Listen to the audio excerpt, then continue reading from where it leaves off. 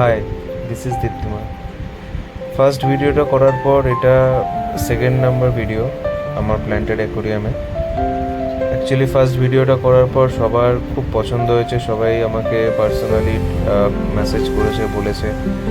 তাই সেকেন্ড ভিডিওটাও আরও করলাম, যেখানে আমি ওই ফিশেসগুলোকে ভালো করে দেখাচ্ছি আর কি।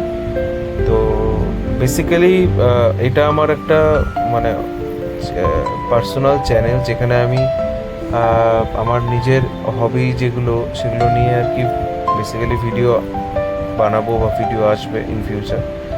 তো আমি নিশ্চয়ই এরপরে আরও বড় ভিডিও কিছু বানাবো, যেটা ফুল ভিডিও থাকবে।